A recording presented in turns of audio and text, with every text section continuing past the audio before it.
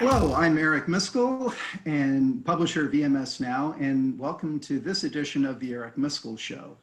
Thank you for taking time out of your days today to join us in this discussion.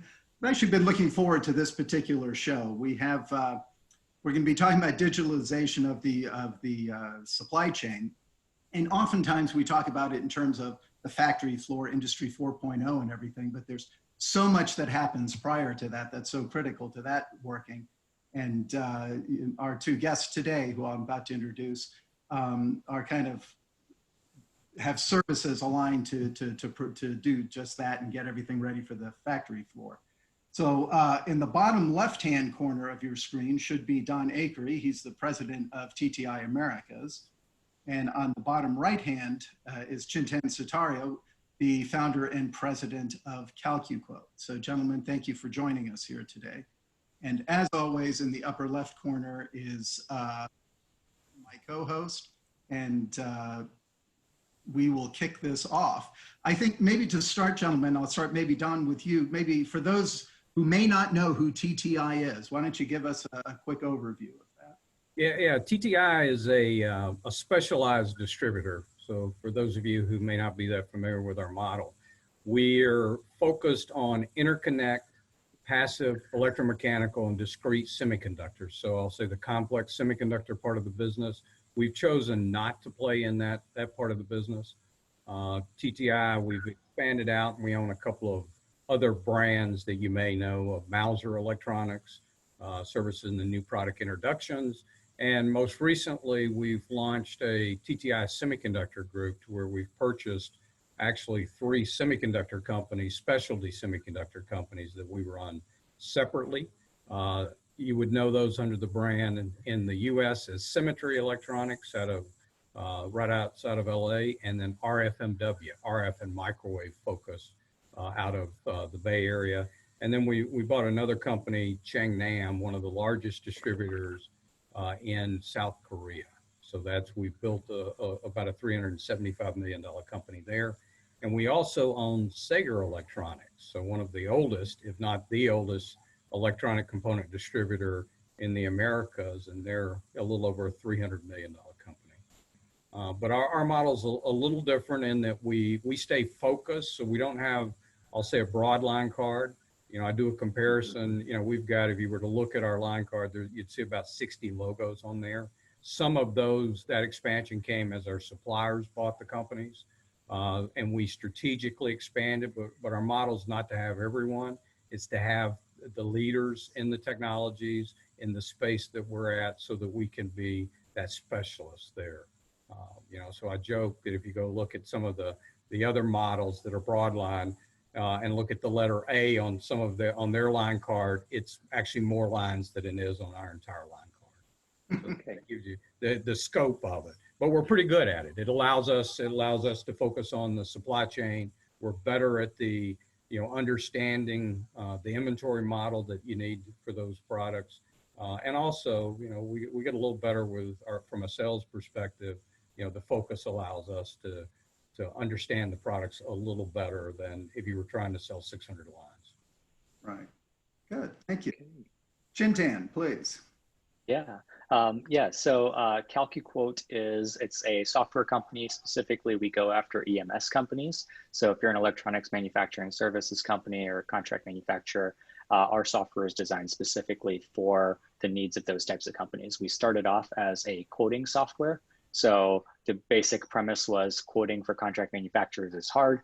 We wanted to make it easier. What we've evolved to now is we say that we're a process and technology merging together kind of company. So because we have a very good understanding of who our customers are and what their needs are, we say that we want to take what processes they have and help digitize them. So that includes quoting, but it also includes purchasing and soon to include additional things like BOM management, inventory management, things like that.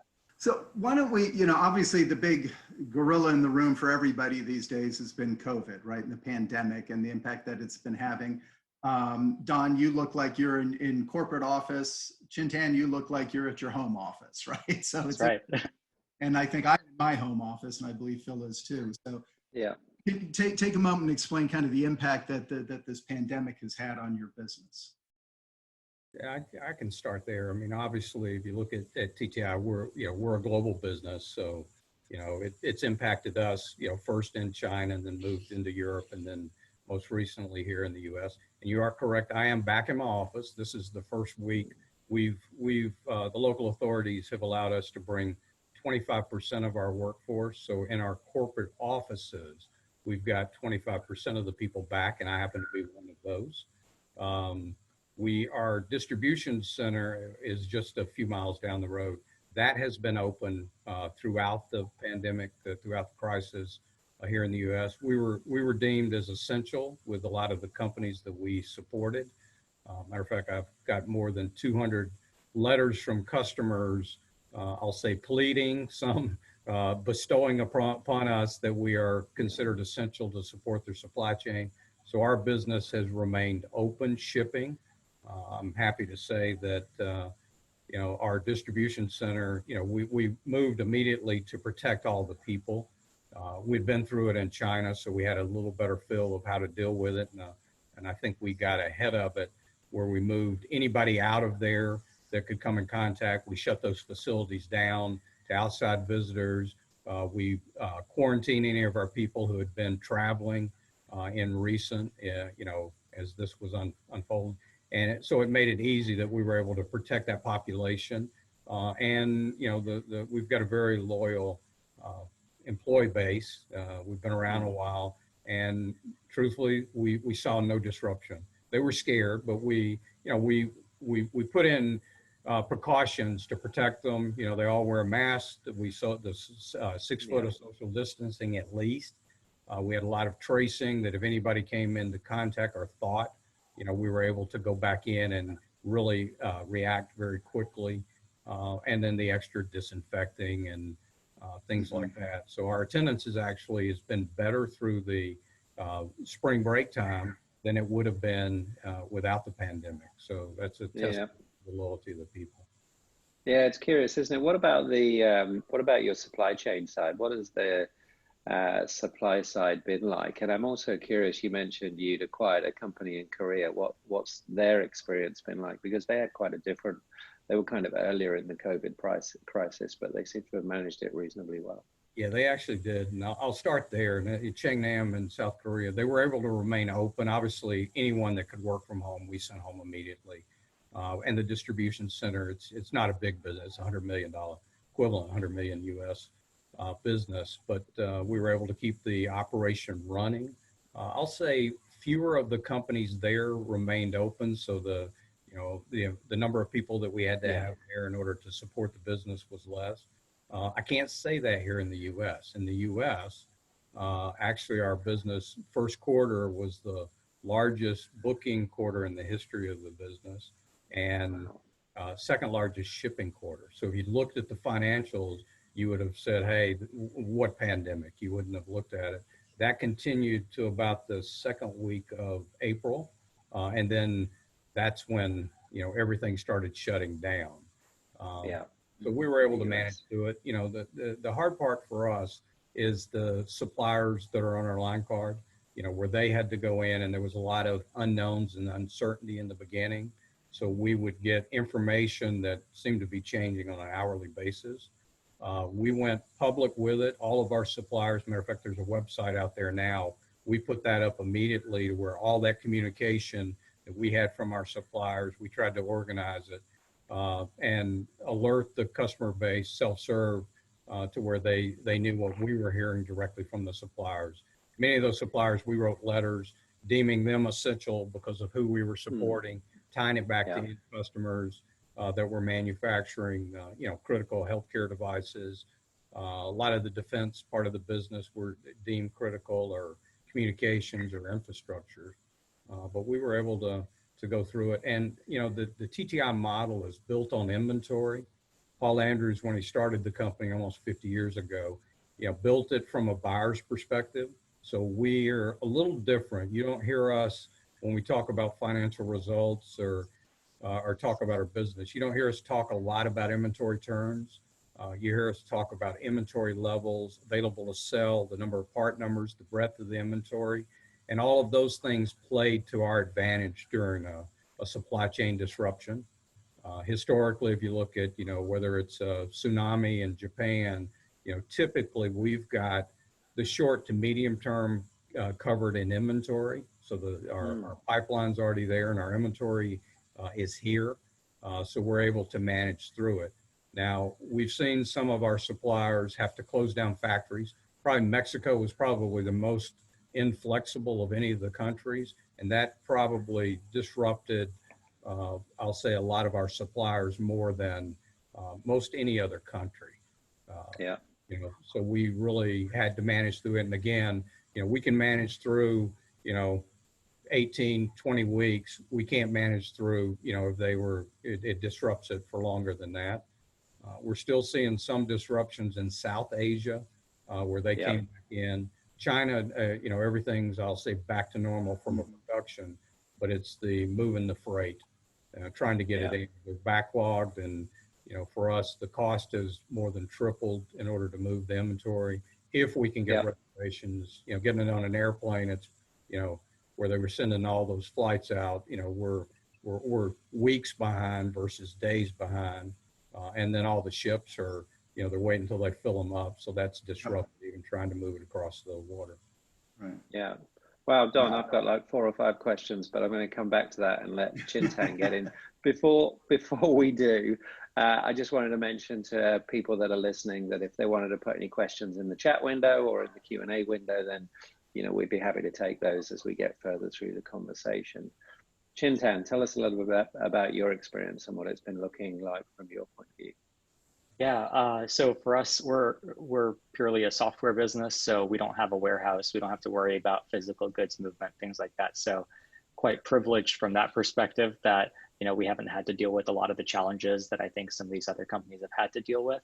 At the same time, I know a lot of our customers continue to rely on, the service we're providing. And so we have had, continued support and meetings with customers, both current and prospective. So like what Don was saying, Q1 was definitely our best quarter that we've had to date, and Q2 is already the best quarter that we've had in our history. So definitely some acceleration there in terms of, a software like ours and what we can do for viewing the supply chain, things like that.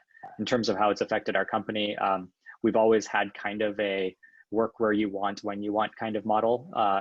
Being a software company, you can do that a little bit within some limitations, because if you're doing customer support, then you got to kind of work when your customers are working, that kind of thing. But we're also global. So we have, we have about a 30-person team in India. We have several people in Europe now and some people here in the US. So my team jokes that, you could message me at 2 in the morning and I'll respond, and then at 6 a.m. respond, and then in the afternoon respond. So working around the clock kind of thing. But what's been interesting about that is kind of everybody has embraced this whole idea of, we just got to be a little bit flexible about it. The biggest place where we see that challenge is, I mentioned we have the team in India, and in India, they are being much more strict about, locking yourself in your home kind of thing. And they're software developers. And so there's challenges there of just, infrastructure, making sure that you have proper internet connectivity and VPN and things like that set up, because they were all coming into the office every day. Whereas here it was a lot more flexible. I always joke, if I've got a laptop and an internet connection, I'm up and running anywhere in the world. That's, makes it kind of nice. Other than that, I think the biggest challenge for us has been, we've been growing. So we've been trying to recruit people, we've been trying to hire people, which, I mean, on the one side, it's nice for us to be able to hire in this time when there are people looking for jobs, and it's from one perspective, it's really good, but from another perspective, you can't really meet people face to face. So kind of creates this challenge of, how are we going to alter our interviewing process and things like that, but also the onboarding process, make sure that we keep the strong teamwork and operating on all cylinders kind of thing. Yeah. And what about activity, Chintan? What have you seen in terms of, you're watching, I guess you're able to see what's coming through in new RFQs and data at this point. Has that changed suddenly? Have there been spikes, or has it been relatively normal? Yeah, it's been, there hasn't been spikes per se. It's been relatively flat, which by itself is kind of interesting. As in, what we were expecting is with all this COVID and disruption and things like that, that you'd start to see a decline in the RFQs being sent to contract manufacturers, who would then in turn have a decline in the RFQs going up to supply chain. But in fact, it's been very normal business as usual in terms of the numbers, at least, of how many RFQs our customers are processing. In fact, I think last week we saw like a 15% bump up, but it's still within kind of the range of 15% isn't like a huge spike because it fluctuates about 10% of here and there. But yeah, it's been pretty business as usual from a quantitative perspective. Now, Yeah. from a feelings perspective, I know there's a lot of uncertainty and people are hesitating to make decisions and things like that. But we had a customer, as an example, come to us and say, hey, we feel like our quote volume is going down. So what can we do to reduce our subscription or something like that? And we said, well, just to let you know, you actually had 50% more quotes last month than you normally do. Did you know that? And he goes, oh, let me go talk to my quote team then. Yeah. And it turned out, maybe it felt like it was going down because it was being done more efficiently and more effectively. Don, are you seeing shifts in volumes in terms of requests for quote, that kind of thing? What are you seeing in terms of the fluctuation?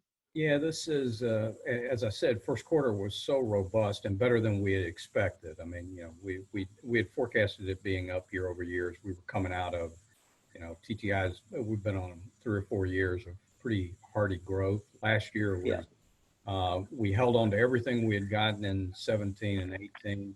In 19, we were up again, but not up, double digits like it had been. So we really felt like that we had done a really, really good job. We expected Q1 to be a little bit like Q4, and it ended up being a lot better. We hit that wall about, second week of April. I forecasted for the business to drop 30%, just based on what we were hearing from the different industries. Obviously, automotive, transportation, a lot of those shut completely down.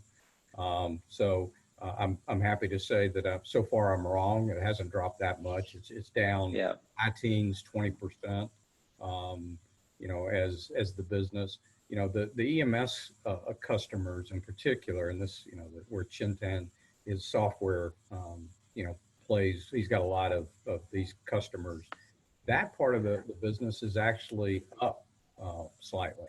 And part of it is, if anybody's building for medical, those numbers are not up in percentages. They're up in multiples.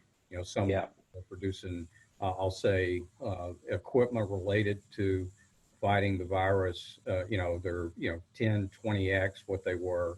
While the elective side of the medical equipment is down, but when you balance it all together, it's still up at a higher rate.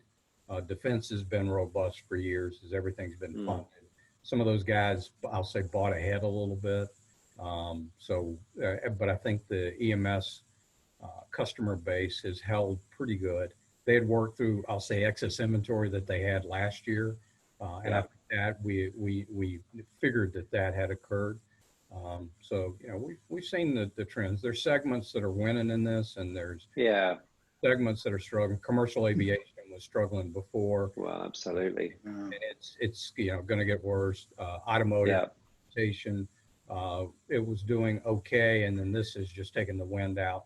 Our transportation business in April was down 52% from what it was first quarter. And we expected it because everybody shut down. Those guys have started opening back up.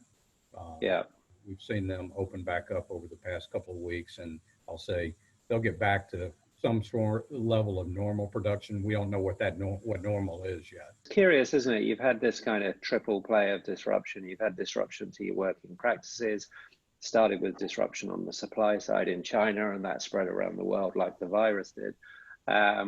And now we've got this strange demand inequity where some demand, like for, medical products and stuff that's been shifted through the Defense Production Act, has skyrocketed, and as you say, not by percentages, by multiples, and then other demands that have dropped off. It's a very curious time, but that kind of leads me to the digital transformation side. And to manage all those disruptions simultaneously, you need a huge amount of visibility. And as we look at supply chains for the future, they need to be able to manage the next disruption, and we have no idea what that is. So planning for that's a huge challenge. How do you think about that process, Chintan, and how are you talking to customers when they ask you about, we got caught this time, how do we make sure we don't get caught next time? Yeah, I think in all different elements, I think information helps, right? Being able to quickly and efficiently access information to be able to make decisions. That's what creates agility. There's small teams that can communicate more efficiently, but really it's about how quickly you can exchange information. On a scale level, it's also the same thing. When you're talking about supply chain, it's the same thing. So the faster you can get information at your fingertips to make an effective decision, I think that's really what creates agility and creates resiliency in all of this. So yeah, where we talk to customers, and this is, I think, part of what's driving our business over the past couple months, is people realizing that my old methods of, waiting a couple weeks to get a response, by then, the medical customer that I have that's asking me to build ventilators is already on to the next thing. I got to move way faster than that. So the ability to be able to quickly pull information together to make decisions is, I think, very critical in all of this. The second thing I would say is it's also demonstrated that there's almost a change that we have to think in terms of mindset of how we all work together. So one of the things that we always say is, CalcuQuote, it's cloud-based, right? And when we first started, we'd get a lot of pushback from people saying, well, we can't trust what's in the cloud, and it's the scary thing and I won't have control over it. Now all of a sudden it looks like the best idea in the world because there's nothing to install. A lot of our users have, they got sent home one day without a lot of notice, and they were worried about setting up VPN to access their computers and things like that. And then they realized, well, I can still log into my CalcuQuote. I can still do quotes like I used to. So that kind of stuff definitely helps as well, is just thinking about how you access that information and continue to work anywhere with a laptop and an internet connection. Yeah, we got to take the cloud home with us. That's pretty important.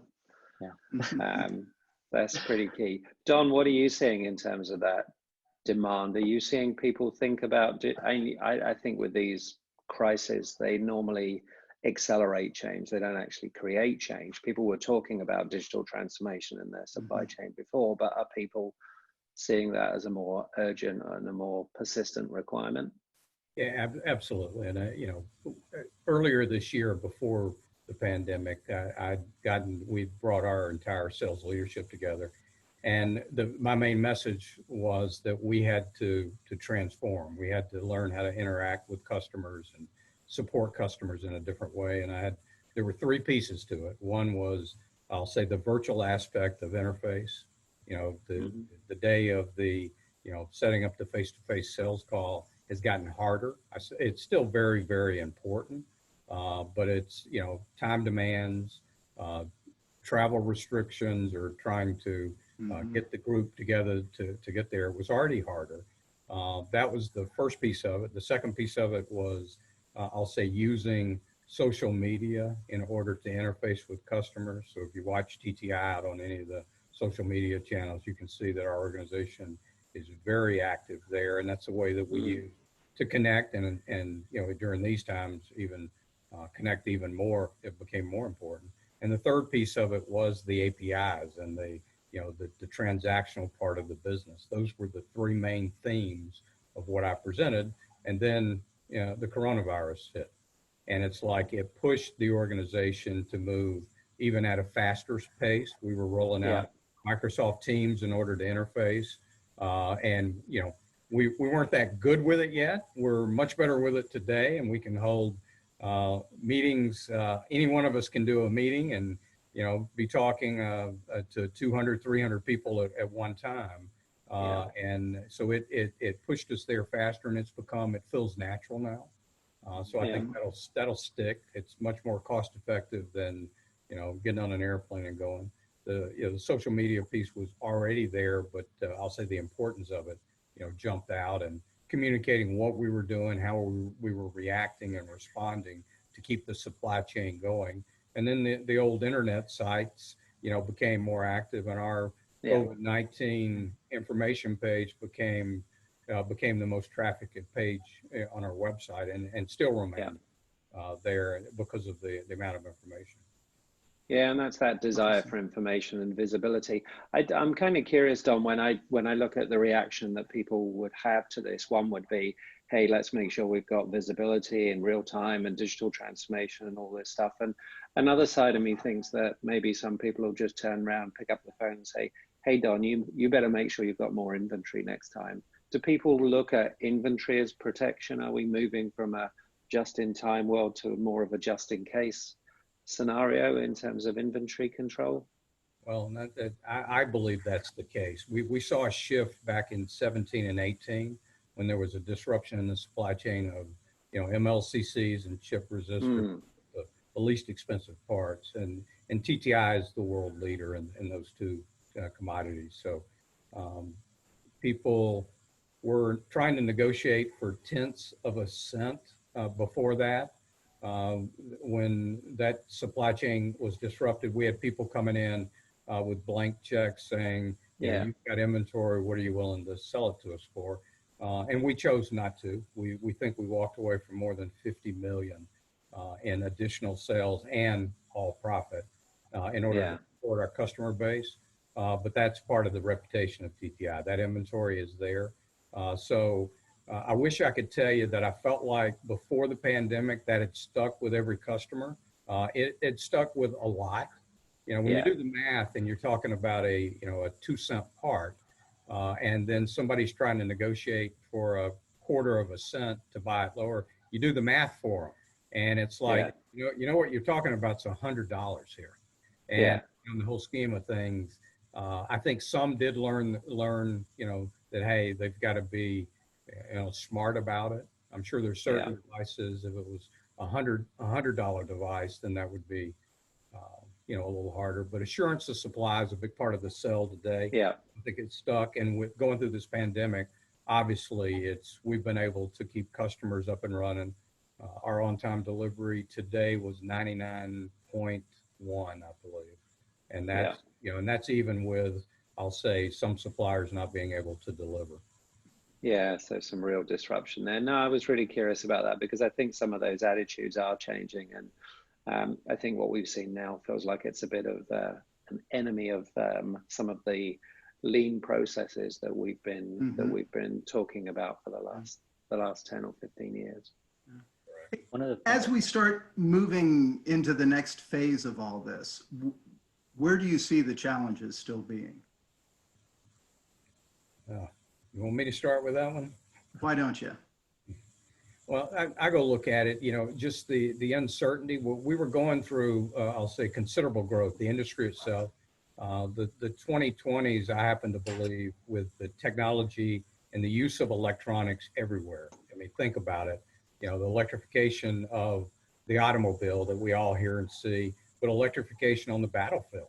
Think about the warfighter today, anywhere in the world. Think of the amount of electronics there. Think about, internet connection on everything. When's the last time you bought something that you didn't have to have an app that you could check on it, whether you needed to or not? You look at those things, you look at 5G.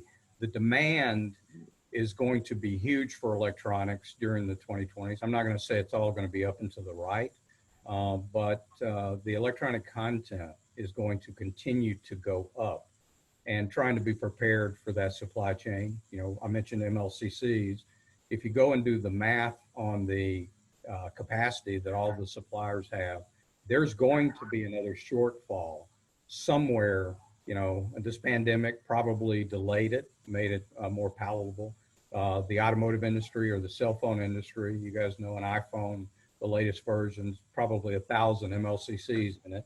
So when they're producing those at record paces, they eat up a lot of the capacity, and the automotive world eats up a lot. So I'll say this pandemic has probably given a little bit of breathing room, but there's still not enough capacity to produce everything that the world's going to need on those devices. And that's not the only place. You've got MOSFETs, chip resistors are probably in better shape because the suppliers did put in enough capacity.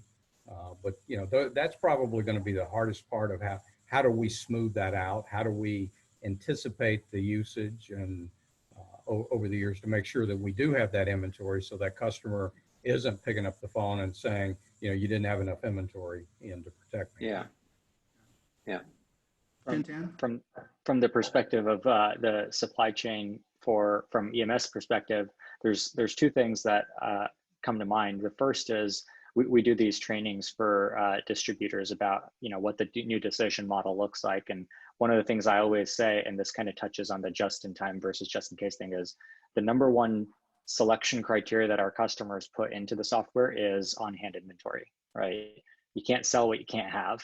So from that perspective, that's always, when you put it in very basic terms like that, you can't sell the inventory you can't deliver, then that kind of clarifies it. And I think that challenge needing to be solved is going to become a bigger highlight through all of this. The second thing is just from the perspective of a buyer or somebody who has to deal with the complexities of the supply chain.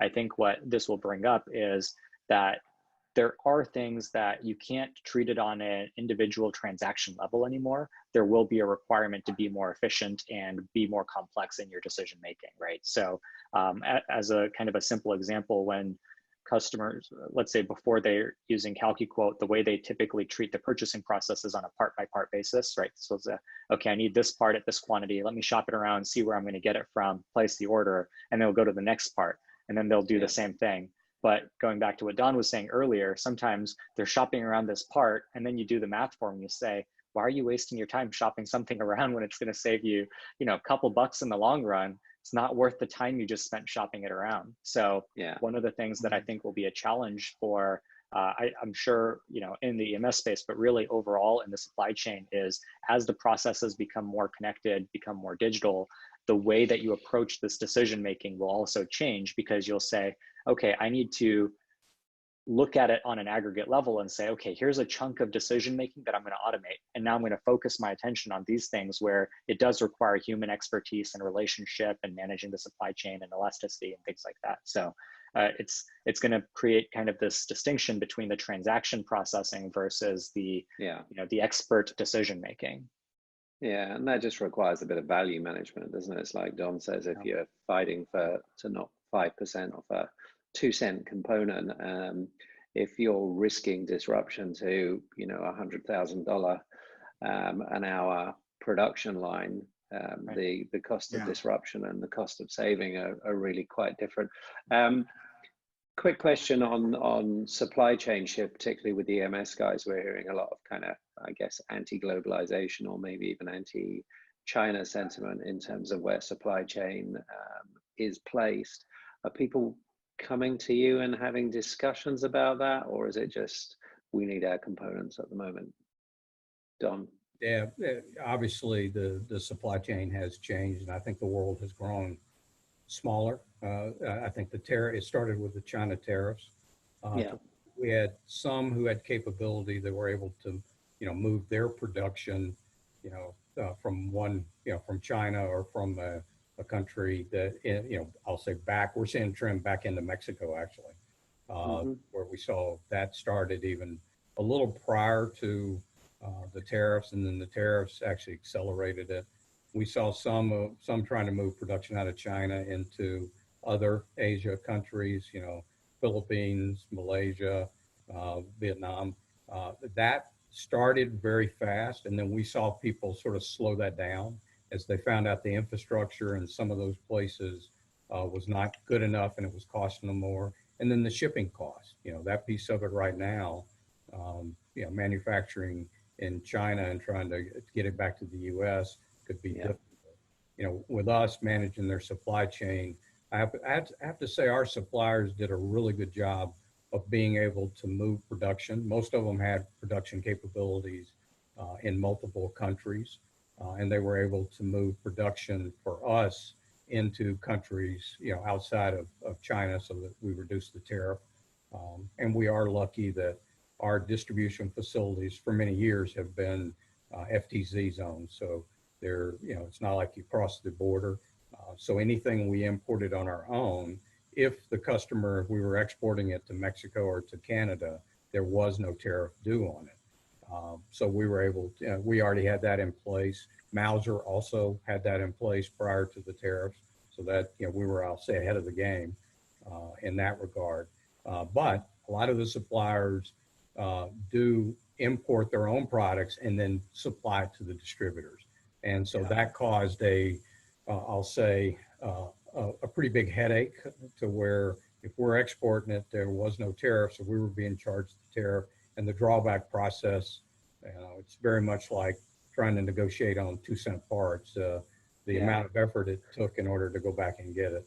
And our suppliers have done a good job related to renegotiating the harmonized or the tariff codes and getting some of their products exempted.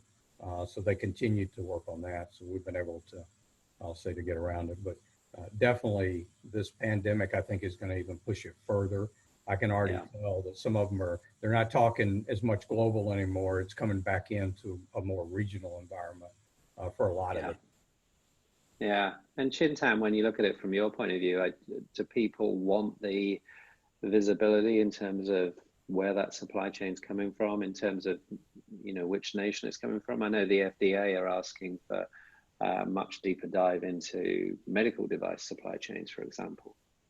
Yeah, I think if it's not the #1 feature request we get, it's probably up there. Country of origin is definitely something that our customers would like to see as part of the quoting process, right? Is just say, where are these parts coming from? Because it also informs whether there's going to be tariff charges and things like that, which, that's important. The other thing is a lot of our customers are, most of our concentration of customers is in the US right now. And so they're hoping to be, or they're expecting to be the beneficiaries of this, bring it back home, bring it to your own region, secure the supply chain that way. So that's going to be something that, I know a lot of people have their forecast tied to is, there is going to be this trend to, well, now you got tariffs and you got extended shipping timelines and it's more expensive to ship it.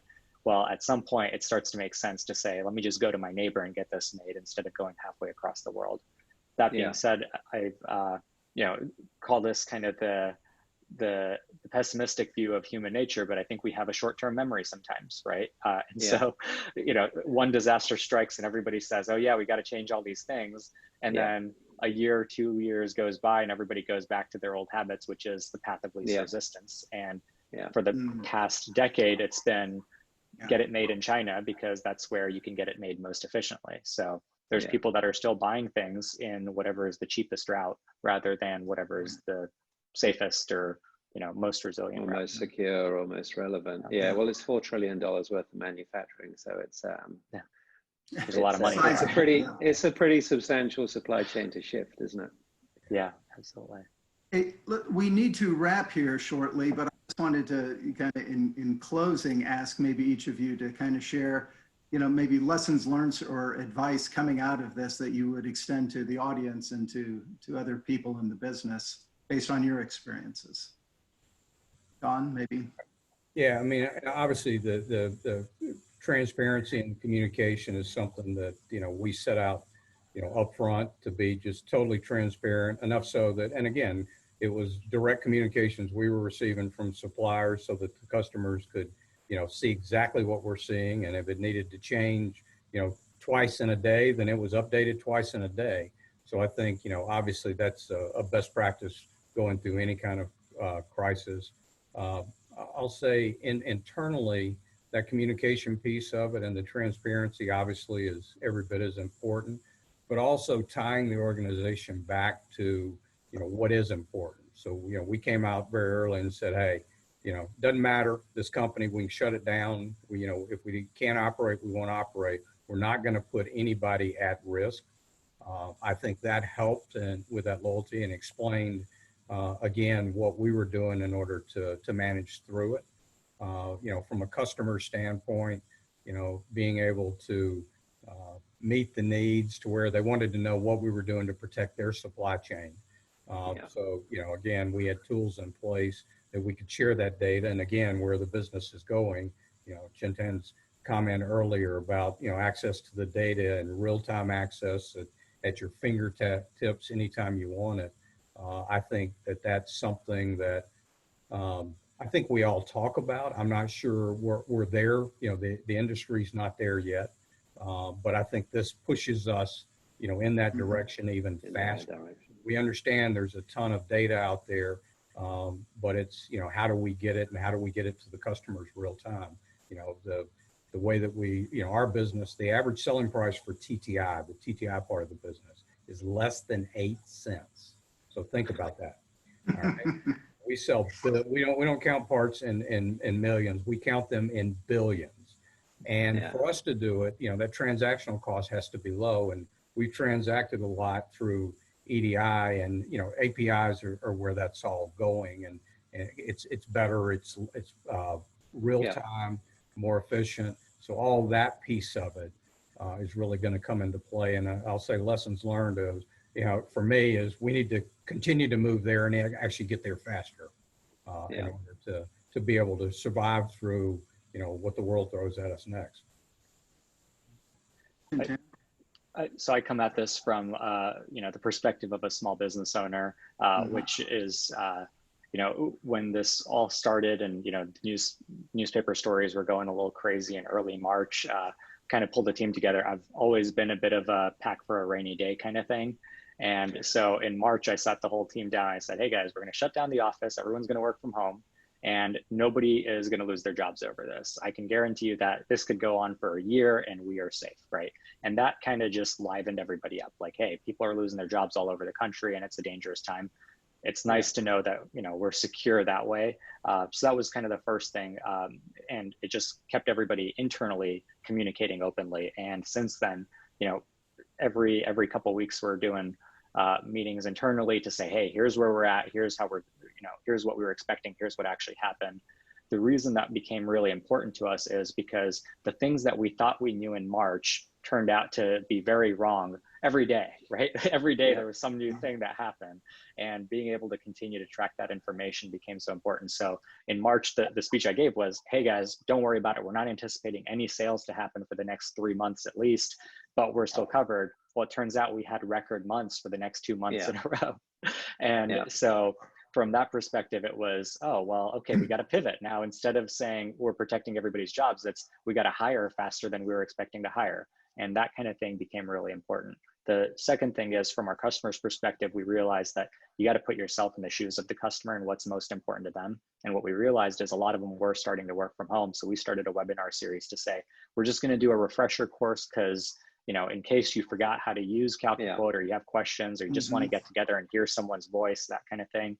So we started doing that and we got really good attendance out of it from our customer base. And at the end of every webinar, I was kind of just doing it really informally, but I'd say, hey, do you guys want to do this again next week?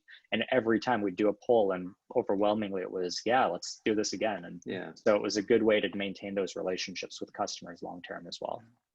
Yeah, I think that's huge. It's interesting that both of you were wrong with some of your projections, but good wrong. So that's a nice outcome. For me, the two key things that I take away from this are the importance of real-time visibility, you know, that having data to drive down the supply chain.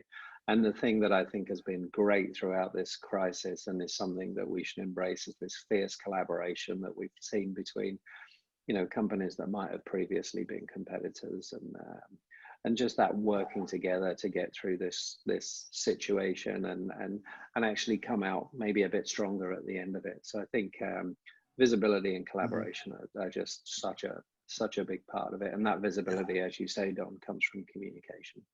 Well, gentlemen, thank you very much for taking time and spending with us and sharing with the audience today. People who are watching, thank you for tuning in. We'll be doing this series every 2 weeks on a move forward basis. So look for announcements as to who's next. We have some exciting ones coming.